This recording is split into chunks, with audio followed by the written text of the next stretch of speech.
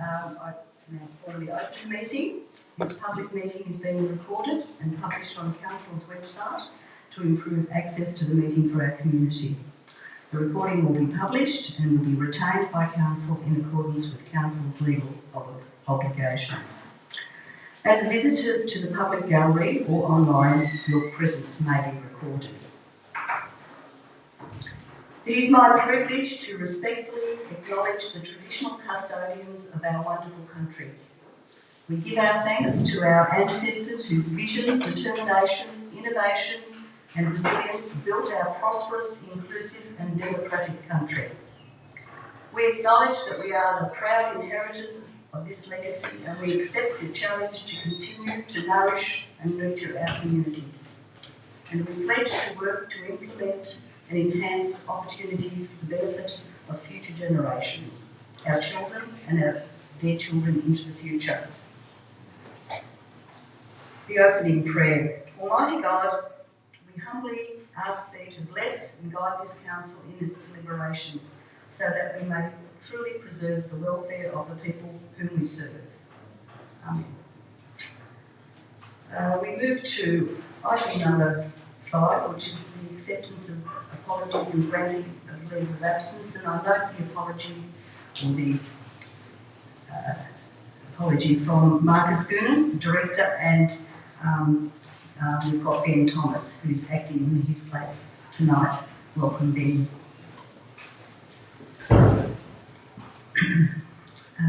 The confirmation of minutes, item number 7. Do we have someone to move, please?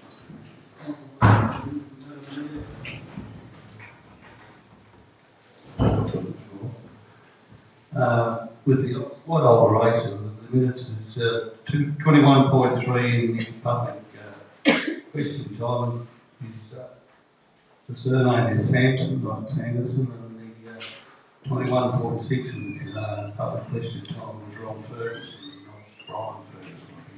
So I'll move that first one.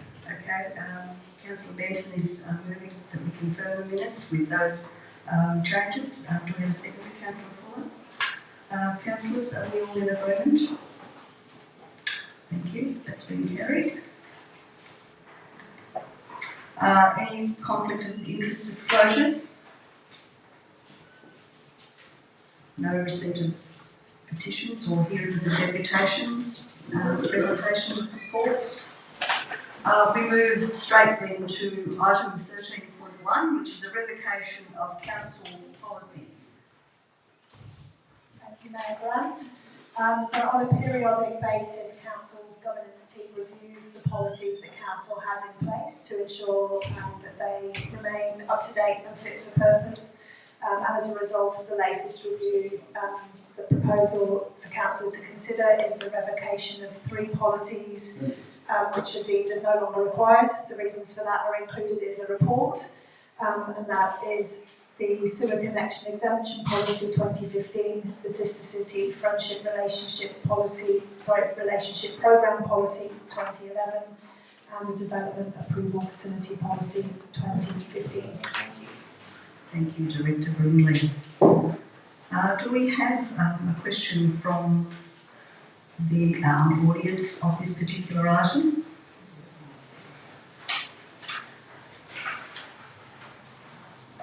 Do we have a councillor to move the recommendation? Councillor Fitzpatrick. Someone to second? Councillor Fuller. Councillor Fitzpatrick, would you like to speak? No? Councillor Fuller? No? I actually would like just, because there are a number of policies that Council needs to consider to revoke, and these are 3, and there will be a few more that will come perhaps to Council at a later time. I was just wanting to get a sense in terms of the development approval facilitation policy from the CEO. It's a policy that hasn't been used since 2015, but it's very much the policy set down a direction for council would operate, particularly in the area of economic development. And it's been explained to me that this is now the way we do business. So the policy was sort of the forerunner for how council would operate into the future. So I might just ask Brendan to give us a bit more information on that. Thanks, Chair. I think you're right, this policy was developed 10 years ago at a time where we were trying to develop better processes for helping major development applications find their way through what can sometimes be a complex pathway. So we put quite a bit of time and effort into it at that point in time, including developing the policy, but also in building a stronger and different team in the economic development area and in the planning area, and giving them a fair bit of guidance about how we wanted these developments to be facilitated. I guess that is now 10 years ago, and we consider that we now do that very proactively as part of our kind of normal day job, so no longer require a policy to guide that process. We'll certainly continue to use the concierge type process through economic development to help applications work their way through the system. And I know that our planners are very proactive in dealing with those businesses and applicants now to also help facilitate their way through that process. So we just no longer think we need a policy to guide that anymore. Thank you. Thanks, CEO. So we've got the recommendation that's been moved by Councillor Fitzpatrick and seconded by Councillor Fuller. Are we all in agreement, councillors? Thank you. The recommendation's been moved. We move to the next item, which is item 14.1, Community Asset Committee nominations.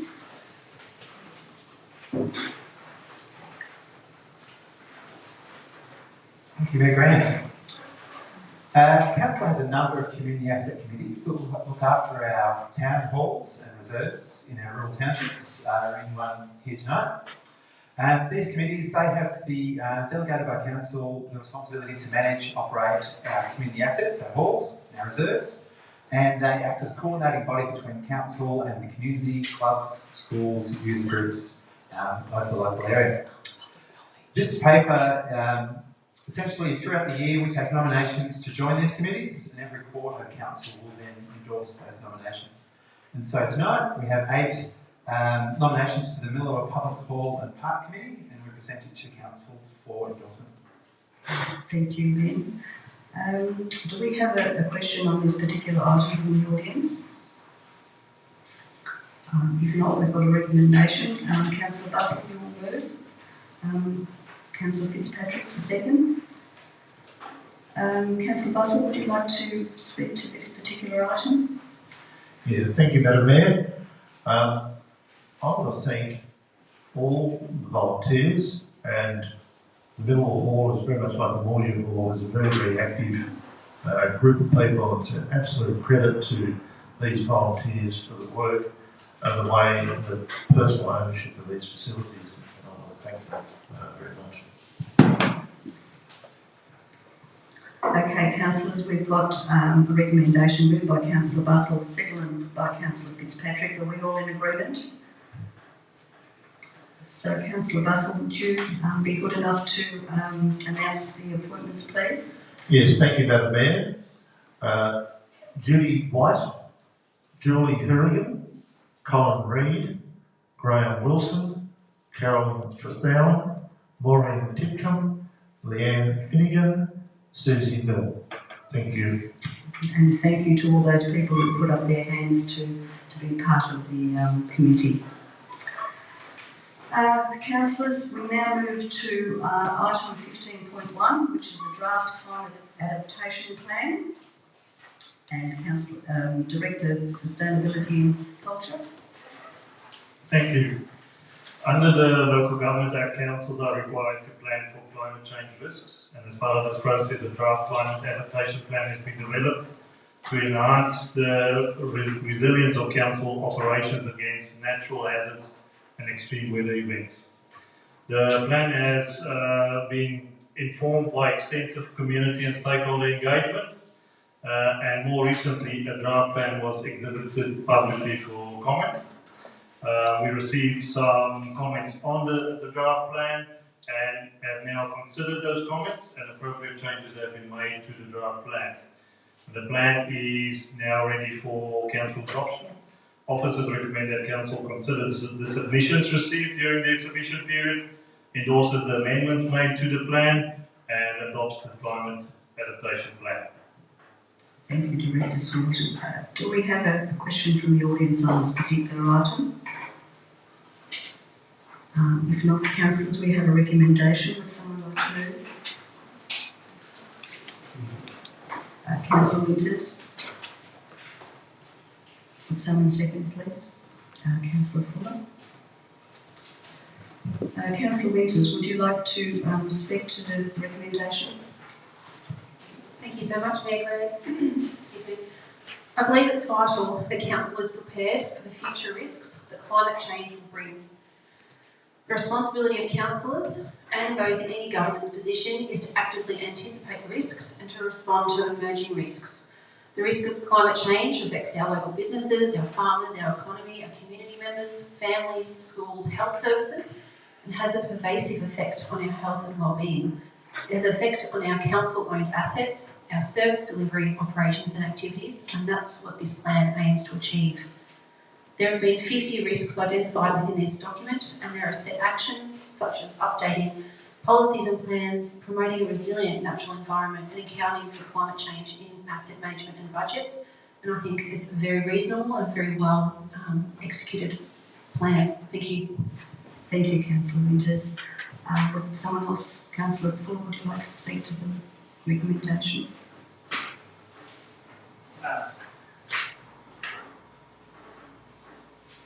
Thank you, Chair. Just echoing that this comes from a place of risk. Audit and Risk Committee have identified it as a worthy document to channel. The legislation is there in place at the back end as well. But it is about protecting and looking after our community, and I'm looking forward to it being an active document that's reviewed as things change inevitably. Thank you. Thank you, Councillor Fuller. Would someone like to either speak for or against? Councillor Benton. Thanks, Chair. As I've already indicated, I've struggled to support this document as the way it's written. I'm fully aware that councils are required to have it under the Local Government Act to have a climate adaptation plan. However, I believe that we are being made to have a plan to really appease another level, that being a big brother. The document states there is not a community climate adaptation plan, it is for council only, which I feel is some way quite ambiguous, when throughout the document it strays off stating how the community become more resilient, etc. It gives direction to the Municipal Emergency Management Planning Committee of what plans it needs. The Emergency Management Plan is not endorsed by the Council since 2020. We're already doing many things of the actions at the operational level in data collection in relation to climate and infrastructure, etc. The document even states that it will be in parallel with other plans and strategy. Is this not duplication? The document to me tries to do everything to all and in its action. Green drainage plans. The riverine drainage is the responsibility for the North East Catchment Management Authority. We have some very responsible drainage organisations that were run by people that were very connected to the community and the community, being former trusts of the major drainage systems that did everything, very thing that this document advocates for, but were disbanded on the perception, get big or get out. For someone that has dealt with climate variability all my life, being a prime producer, I'm fully aware of all the adversities that Mother Nature possesses and have adapted to be resilient as one could afford in providing water and forest conservation, to name a few. The Climate Action Plan, a list of action is a list of vegetation that is suitable for the area. They already exist with local land care groups. Why do we need to invent the wheel? The narrative in the document is an issue when we start to qualify what is stated in the document. 1 minute saying medium, then mean, then average, and somehow we get a different result. It all becomes very confusing. Finally, without going into specifics of the evidence in the document to the reasoning for having this document, I find it questionable when one looks at the Boom database for Wangaratta published in the Chronicle and 27th of October, December 24. Firstly, for the past 37 years and then past 101 years, to try and reconcile the accuracy of what is stated, it becomes one of my major concerns of what this plan is really going to be used for. There are 32 references listed. One would think with all the resources that have been used for them to be constructed, and climate change still remains such an issue, whereas climate change bureaucracy become an industry of its own making. So Mr. Supporting the motion. Okay, thank you, Councillor Benton. Look, we've had considerable conversation around this particular adaptation plan, extensive community consultation, which has been quite important, and it's been reassuring the type of feedback that we've received from the community. I mean, it's something we are required to have, so we need to have a adaptation plan in terms of how we move forward. I think we're moving forward in an environment where we can't really predict what the future will be, and I think that's part of the difficulty in terms of this particular plan, that it's variable, it's changing all the time. But in order to minimise the way we manage our risk to the organisation, we do need to have a plan in place. And I think while, to me, the document is probably way too long and too wordy, but I think it is one of those documents, as I said, it tries to be all things to all people. But it's something that we need to have in place to address what is very much a very changing environment, not only for the people that live in the city, but people who live right across the municipality. So I'm going to ask councillors to, we've got a recommendation that's moved by Councillor Winters, seconded by Councillor Fuller. Those in favour? Oh, I beg your pardon, you had to finish off. I'm sorry. Yes. Thank you so much, Madam Mayor. I guess I'd like to close by sincerely thanking the council staff that have put a huge amount of work into putting together this plan. I'd like to thank the community for their feedback during the community engagement phase. Definitely acknowledge the massive amount of work that has gone in. Thank you, Madam Mayor. Thank you. Thanks, Councillor Winters. So Councillor Winters has moved, wrapped up. Councillor Fuller has seconded. Those councillors in favour? Those against? Would you like a division, Councillor Benton? No. The recommendation has been moved. Thank you, councillors. We now move to item 18.1, which is the minutes of the advisory committee meetings. Thank you, Chair. We have some minutes of both the Audit and Risk Committee meeting from December and the Arts and Culture Advisory Committee meeting from February here for Council to note.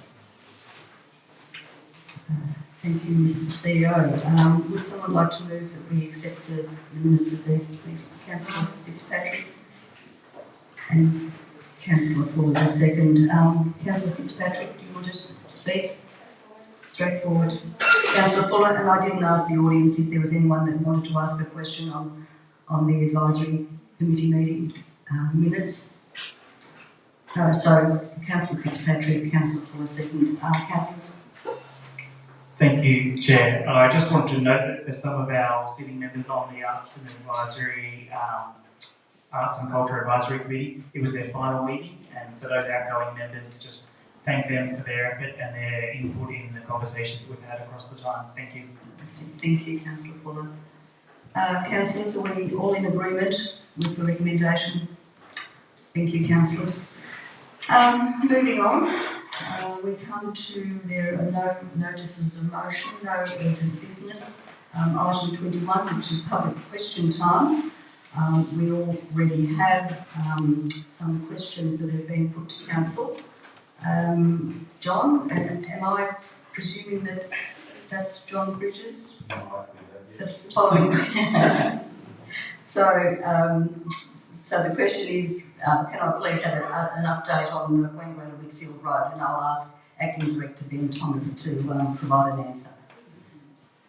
Thank you, Chair. Good job. Council officers continue to advocate to the state government for improvements to the Wangaratta Whitfield Road. These include reviewing conditions on site of the road with senior and regional road staff this month to give them an update, or at least to be aware of the issues. Council officers are advocating for improvements to the road width and seal quality in the section between Moyhu and Whitfield. So advocacy will continue. Something we'll continue trying to get doing. It's something I think we're all aware of. We drive down, we see the narrow widths and the issues, and we're doing what we can with the state government. Did you want to ask another question, John, just on this particular question? I suppose simply as there were 3 or 4 questions put there. One is about the councillors actually being briefed on the state of the road.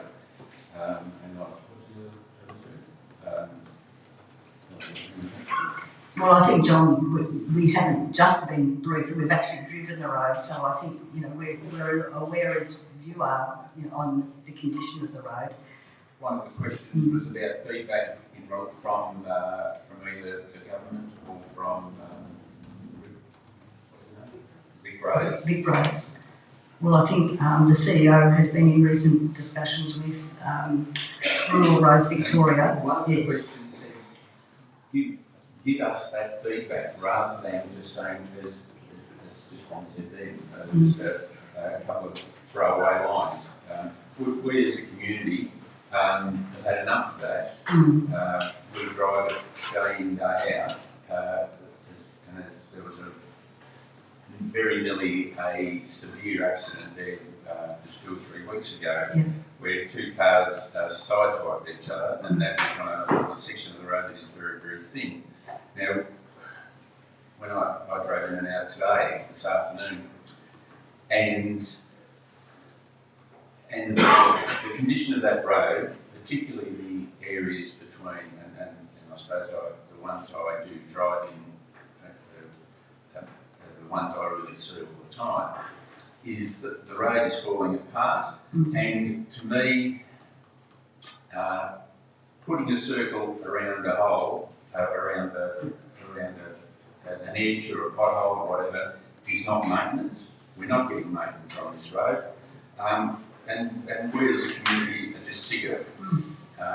Now, we can, I suppose where I was going with the questions was, what can we as a community and as a council do to get some action on this road? Or do we, today I listened to someone from Waterville bitching about their road. Yeah, well, and I think that's probably one of the problems, isn't it? That, you know, across Victoria, that road isn't the only problem that Rural Roads Victoria have.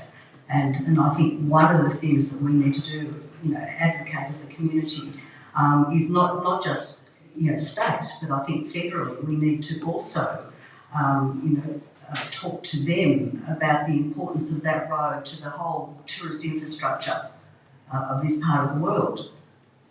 Madam Mayor, Chris Hazel and I have been working on this for the better part of 5 years, and we're no further advanced than we were then when we started. Well, I was the mayor here 20 years ago and we were talking about the road then. So I mean, this is the terrible problem. So is that saying something about how hard it is to get work done, or is it saying something about us as a community and the council? Well, possibly, I think the former. Or all of the above. Well, possibly, but I'm thinking that, you know, council has always worked quite diligently, and you know, we've had recent conversations with Jacqueline Symes. We've had conversations with Rural Roads Victoria, which I'll ask Brendan to elaborate on. But you know, I think there's never been a time when we haven't worked and spoken to whomever we could about, you know, the importance of this road and the safety of this road to the community. Just to add to the Mayor's comments, John, we certainly recognise the work that you and Chris have done, along with the community people who've responded to surveys and taken the time to talk to you, and the strategy document that you've completed as a result of that is a great one. And we've had a number of conversations about that. I guess the reality is, John, it's not a council road, so we don't control the maintenance on it. I think I've certainly spent more time talking to various levels of government about the condition of that road than I would have about, I think, any other priority of councils. It remains one of the priorities in our advocacy document, one of the 6 or 7 key priorities in that document.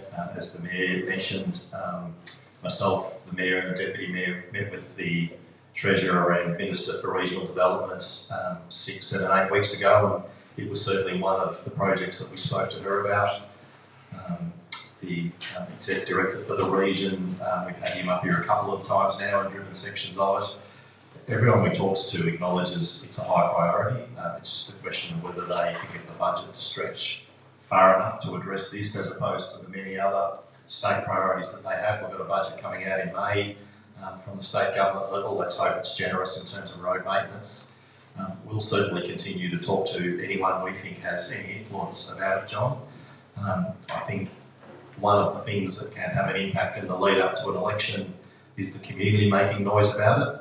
And it's fine to come along and make noise to us about it, but I think you need to find a way as a community to make sure the government is actually hearing directly from you on it as a priority, as well as the work that we're doing. John and I have worked together on this project. Yes. For quite some time. In fact, it was 2019 we started putting all that work together. So, and I do recall a councillor saying to me that, oh, you need to make more noise. Well, I think we're at the stage where we're going to make so much noise, because I have said to the CEO, I do not want to be dead before this road is fixed. No, well, I really don't. I'm dead serious about that. Because I mean, there are parts of it that have been fixed up, and they probably are what you call a legal road. There are parts of it that are not as wide as the bike paths in Wangaratta, where I now live. There are other parts that are just disgusting. And people say to me, I won't say what people say to me, because they use quite serious vile language. And they're scared. Yes. We're losing money. Let's be really clear. So much more can be done in this part of the world that benefits Wangaratta, and of course it benefits the King Valley. I absolutely understand and accept what you're saying. So, do you have a question for council now? I don't have a question, I'm just supporting John, because you've already got the questions, which I don't think have actually been answered to my satisfaction. But the point, I do appreciate what you said, Brendan, we need to make more noise. So that's a promise, we will. Well, thank you. And thank you. Thanks, Chris. Councillor Maxwell. Thank you, Madam Mayor. If I can just, Chris and John, thank you for your question in regard to this road. I'm just wondering if you have previously been a new councillor, and I'm not privy at the moment to your past history in regard to this road, but do you have emails and correspondence that you have sent to the state government and to Vic Roads? And the only reason I ask that is because those dates and times and responses can be valuable for our advocacy as well. I understand the point you're making. What we have done is we have gone through the rural city of Wangaratta as people who I thought it was the main step for us to advocate to fix up this mess, this road. I don't think you can call it a road. But anyway, so what you're suggesting and of course that would be documented within council, I think what you're suggesting is that we go straight to the state and federal government and then start putting everything in writing. We can document, I've got notes and I think that's what Councillor Maxwell is well, I actually don't suggesting. have, well, we do have emails. Yeah. Yes, in talking about meetings that we've had, we've actually even put together, we agreed on an action plan that was made last year. So I think we need to, I don't want to bypass council, I think that would be rather disrespectful. Well, you haven't bypassed council. No, we have not. We've been in partnership with, you know, the community. But we're not getting anywhere. But that's not to say that we're not doing something. But and I mean, I think that's the problem. I think, you know, we're being accused of perhaps not doing enough. Well, I don't think that's fair. I think council has. No, we just wanted answers to some questions that have. Well, I think because nothing has, as far as we're concerned, nothing has happened. No, I understand that. Okay, Chris, thank you. Right, thank you. Right here. I've got a question here now from Cassandra, who submitted the following question for the April Council meeting, which is being assigned to Director Brindley, and her question is in reference to the 3 public community engagement sessions held at the PAC to help Council develop its council plan. Following these sessions, all the participants were emailed a survey to gather feedback on how it all went. One of the questions in this survey was along the lines of, did providing a shopping voucher as a reward incentivise your decision to participate in the sessions? What proportion of people voted no to that particular survey question? Cassandra asks. Director Brindley. Thank you, Cassandra, for your question. I don't believe she's... Oh, hello. Oh, you're here. Thank you. 26 people completed the survey. Of those, we had a 50-50 response, and from those who stated the voucher influenced their decision to attend a community engagement, 50% who didn't. 62% said they had never attended a community engagement session with council before. We did have some free text comments about the vouchers, which included voicing gratitude for the voucher and recognition of time, and it was very timely given the current cost of living, and that the voucher was a lovely contribution towards the fuel from this person it takes to drive from Whitfield to Wangaratta to attend. And obviously overall, the Council Plan Community Vision are one of our most strategic and significant deliverables that we do every 4 years as a council, so we are very appreciative of all the community engagement that we've had to this point, which has been quite extensive. Okay, well, they're the questions that have been put to us already. Are there any other council? Yes, by all means. So it's heartening to hear that quite a few people attended those sessions that hadn't attended prior council engagement activities. So that's really good. But it did cost $12,000 to provide shopping vouchers for all the participants.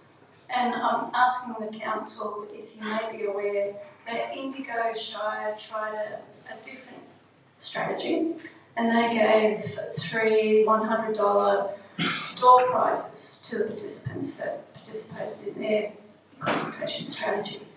So that's a considerable saving, and I'm asking the council to consider something more along those lines in future, in terms of just being more economically, considering the council bottom line. Absolutely agree with you. No?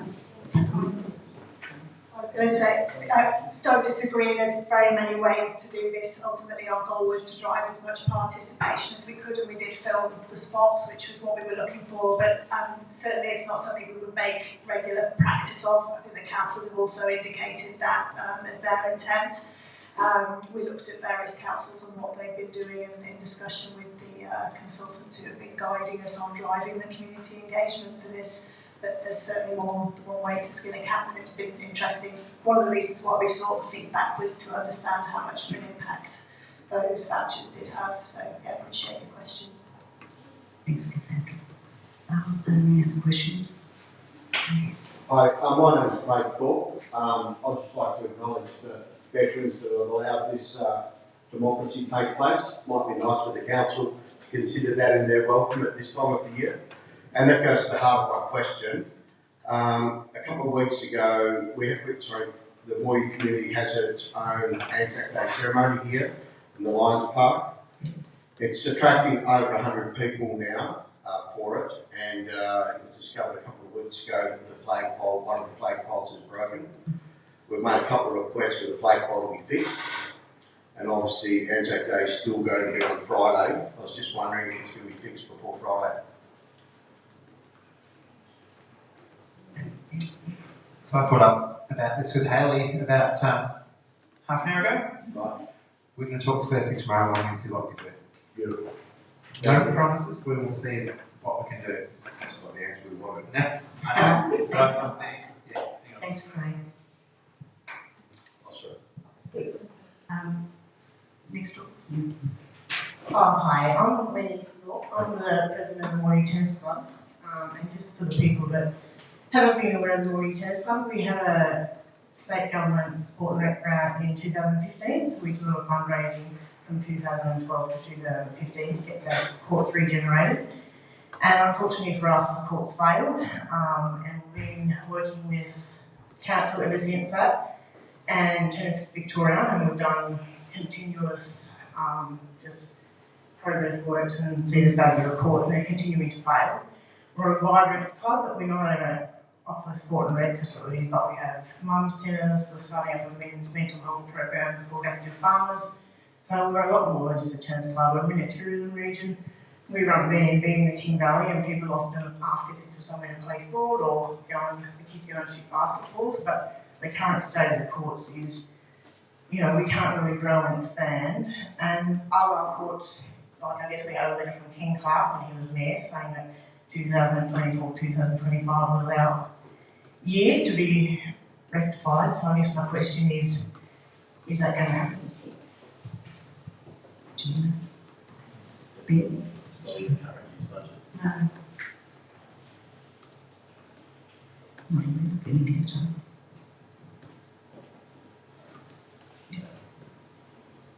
I think all I can say, Wendy, is we're definitely aware of the issues. I've been out there myself. I can't recall whether you were one of the people that I met when I was out there having a look at them. So we are definitely aware of the state of them. I think we've had a couple of goes at trying to at least do a temporary rectification to keep them functional. It's not in the current year's budget, and I don't know off the top of my head where it sits in terms of the current version of our long-term financial plan, but we can check that out and get back to you on that. Yeah, I guess my next question then would be, Everton Tennis Courts got fully funded by the North City Land, and we fundraised to get our funding, and we've been told that we have to go out and spend another $50,000 to get a scoping plan even done with the new strategic plan. And for a small club, that's expensive, and then to raise the $1.2 million to get the full courts upgraded with basketball courts, pickleball, we don't have the capacity of a small community to do that. And had we had what we promised the community back in 2015, we wouldn't be here now, I guess. Yeah, I'm pretty sure the Everton courts weren't fully funded by council. I'm pretty certain they were a sport and rec big grant application which we contributed to, as we normally do for sport and rec applications. I don't know whether we did to yours originally or not, but that is the usual way that we try and do these things. I can't say much more other than to say we're definitely aware of the condition of them, and we'll just need to check and see where they are in terms of our current planning. Did you want to add something there? Just to extend on that, we can get our recreation officer to reach out and have that conversation about where it sits. Yep. Okay, any other questions? I'm Alison Stevens from the Oxley Residents Association, and I have a question about the sign, for the King Valley sign that you are planning on having next to the Bubbles in the Landscape sculpture. Are you planning on having any public meetings where people can contribute ideas?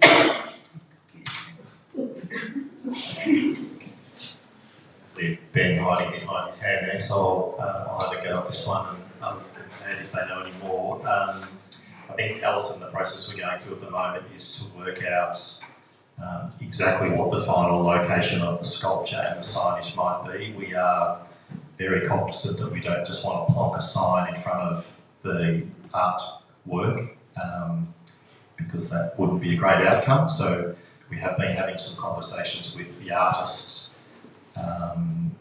This work is being led primarily by Tourism Northeast, I should add, along with us. So we've been talking to the artists, we've been talking to our own arts advisory group. Yes, with the department that's responsible for that intersection, who we were talking about earlier.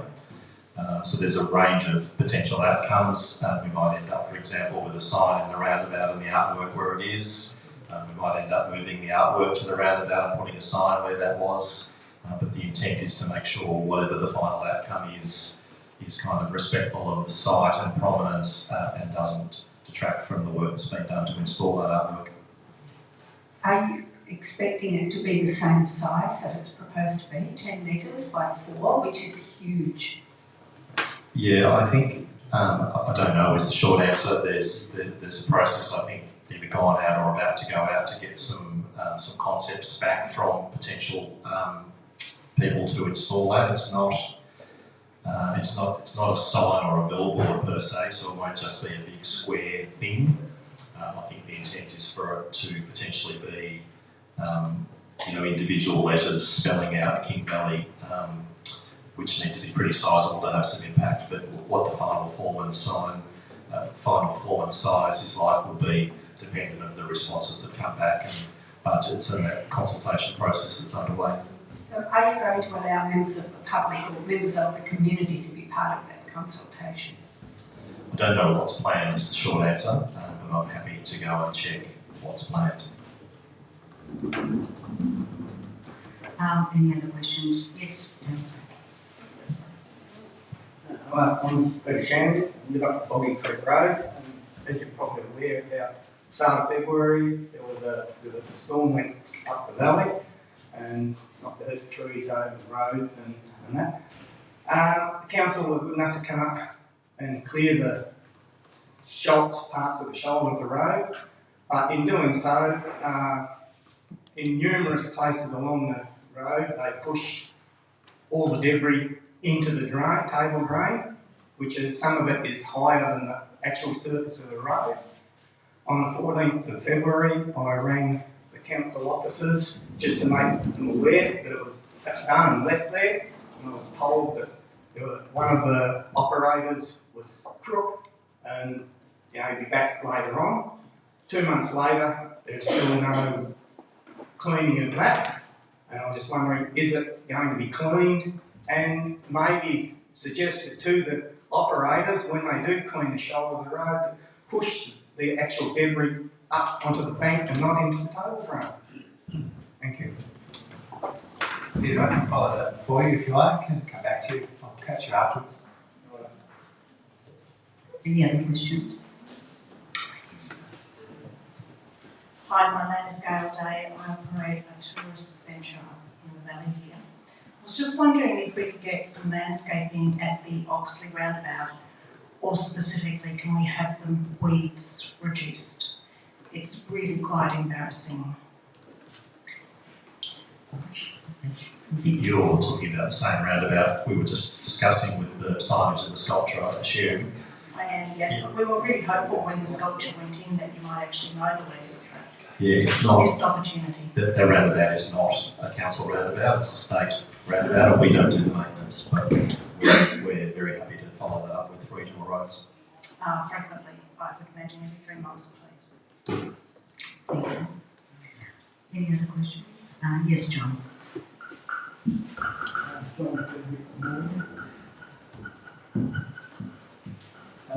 Thanks for coming out, Council. We appreciate that. I'd just like to talk about a walking path. We noticed that there's a lot of hot mix walking paths and bike paths in Wangaratta, and we are a little bit jealous of that. And we're wondering whether we could have a hot mix walking path or a concrete walking path from the recreation reserve back down to the corner there, as you are aware, there are quite a few new residences being built, and also the existing people who live along Barton Street would be pleased to have a safe walking track into the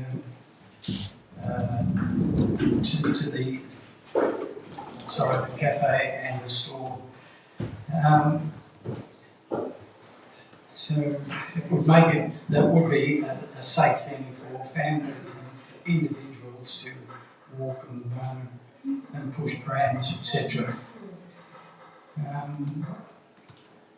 So could someone from council offer some enlightenment about that, please? But I do have a follow-up question. Into respond. Thanks for your question, John. We're certainly not in a position to be able to commit to delivering that tonight. It may be possible that we can tie that to some of the future development in Moyhu as it occurs through planning permit applications. For example, it's not unusual to require footpaths to be constructed between key assets when those sort of developments go on, but I certainly couldn't commit to being able to deliver that for you tonight. Thank you. My other question is in relation to the drainage at the corner of Bartley Street and the Whitfield Road. As you know, there are deep drains that exist there, and fortunately the place, Moyhu, has been sewered so it doesn't smell so much. But it would be a great thing if council could see fit to put some piping in there and even fill it in so so that eyesore is no longer there. Okay, that's another thing to put on the budget list.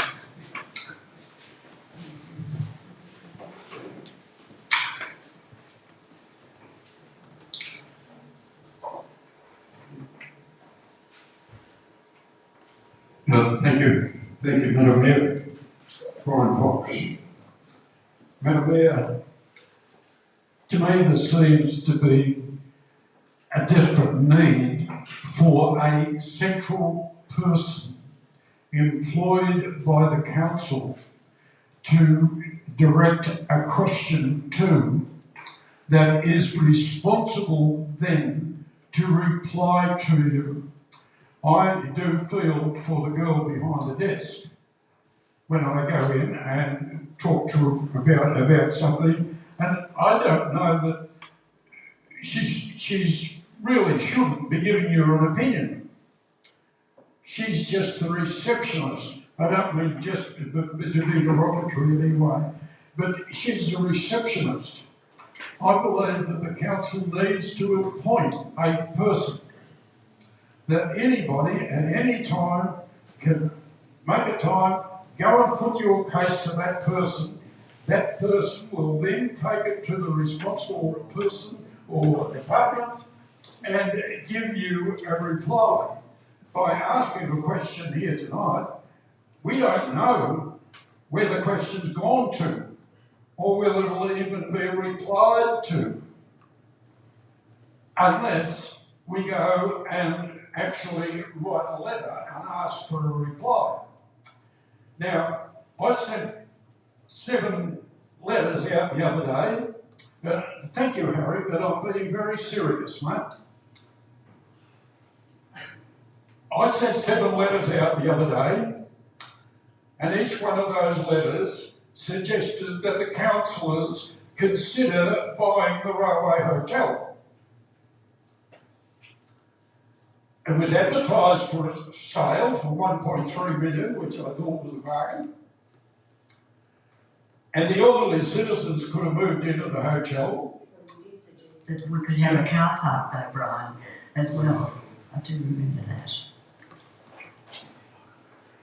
Madam Mayor, I would like not to be interrupted, but anyway, you're in charge. If you want to, you go for it. Madam Mayor, what's the question? What's the question? I'm sorry, but there's been a number of people having discussions here this evening. And when Brian Fox was to have a discussion, I'm interrupted and saying, what's your question? Well, I'll tell you what my question is. Why didn't you, Ashley Fitzpatrick, reply to my letter suggesting council may consider buying the railway hotel? Why didn't you reply? Have you got to wait to have a committee meeting? So the only reply I'm going to get is from a group. I wrote to every individual councillor. You were elected to represent me, and I believe you should reply. So go for it. Well, you can reply, Ashley, but that's the question. And, yeah. Thank you, Mr. Fox, for your question. As a team, we're a team here. We do have conversations, and if you want 7 different replies, sometimes that's not best use of our time. We have our team leader, which is the chair, Madam Mayor, and she may reply on behalf of all of us. All right. So, would you like me to, when I excuse me, Brian, you're going to ask a question, or we're going to labour the point on this particular item. You talked about would council appoint a person that would be in charge of providing the response to people. Yep. Well, that's what each individual councillor actually does. That's part of our role, that we are there as a contact to the community, and if the community have a concern or a question or an idea or a thought, they talk to their councillor about that. I did see that particular email that you sent through to me, and I thought you were joking. So that's my response. Sorry, if I'm going to joke, I'll put ha-ha on the end of it. I wasn't joking, I was deadly serious. The elderly citizens have been treated so badly for more than 10 years. When Big W was built, their building was eliminated, and they were told council would build a new one. And it hasn't happened. I don't know how long Big W has been there, probably 20 years. Yeah. And I was deadly serious. Okay, thanks, Brian. No, I'm not finished yet. You've asked a question, one more question. Oh, really? Does that apply to everybody else here this evening? Well, so far that has, yes. All right, so I'll give you a piece of paper. Sorry if I got a shaky hand, but I've had a shaky hand since I was in grade 1 at school. It's never gone away.